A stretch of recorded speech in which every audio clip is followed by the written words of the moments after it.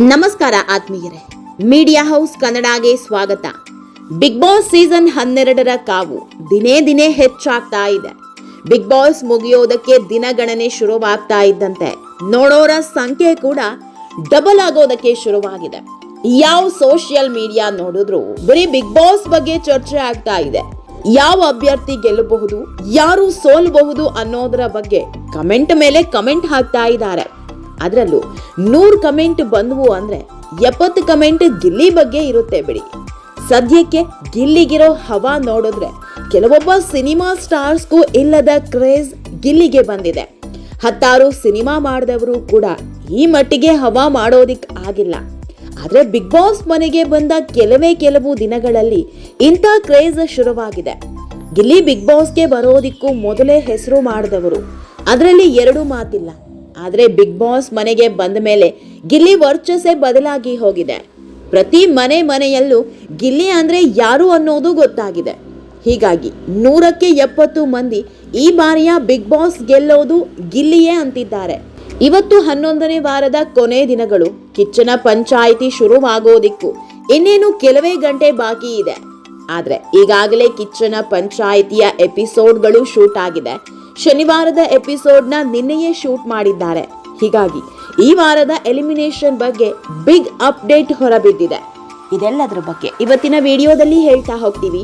ಅದಕ್ಕೂ ಮೊದಲು ನೀವಿನ್ನೂ ನಮ್ಮ ಚಾನೆಲ್ನ ಸಬ್ಸ್ಕ್ರೈಬ್ ಮಾಡಿಲ್ಲ ಅಂದ್ರೆ ಮಿಸ್ ಮಾಡಬೇಡಿ, ಈಗಲೇ ಸಬ್ಸ್ಕ್ರೈಬ್ ಮಾಡಿ. ಈ ವಿಡಿಯೋವನ್ನು ಕೊನೆವರೆಗೂ ನೋಡಿ, ನಿಮ್ಮ ಅನಿಸಿಕೆಗಳನ್ನ ಕಮೆಂಟ್ ಮಾಡಿ.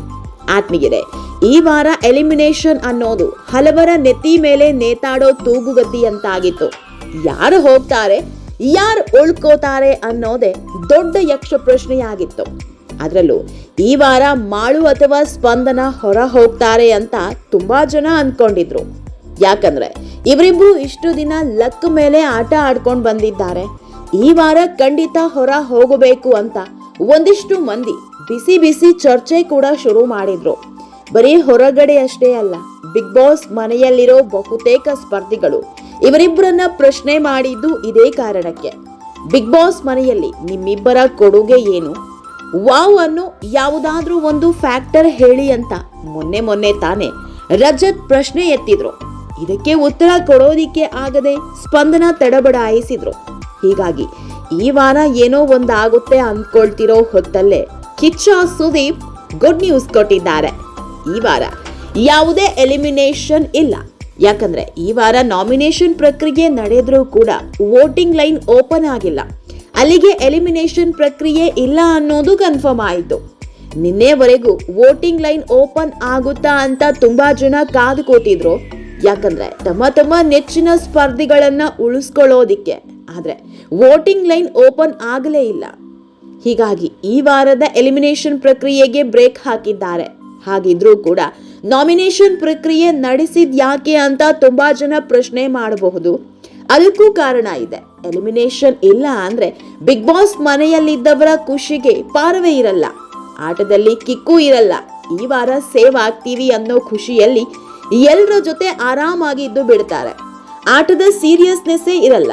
ಇದೇ ಕಾರಣಕ್ಕಾಗಿ ನಾಮಿನೇಷನ್ ಪ್ರಕ್ರಿಯೆ ನಡೆಸಿದ್ದು. ಈ ವಾರ ಏನೋ ಎಲಿಮಿನೇಷನ್ ಇಲ್ಲ ಅಂತ ಸುದೀಪ್ ಹೇಳಿದ್ದಾರೆ. ಆದ್ರೆ ಮುಂದಿನ ವಾರ ಹಾಗಲ್ಲ, ಡಬಲ್ ಶಾಕ್ ಪಕ್ಕ ಕಾದಿದೆ.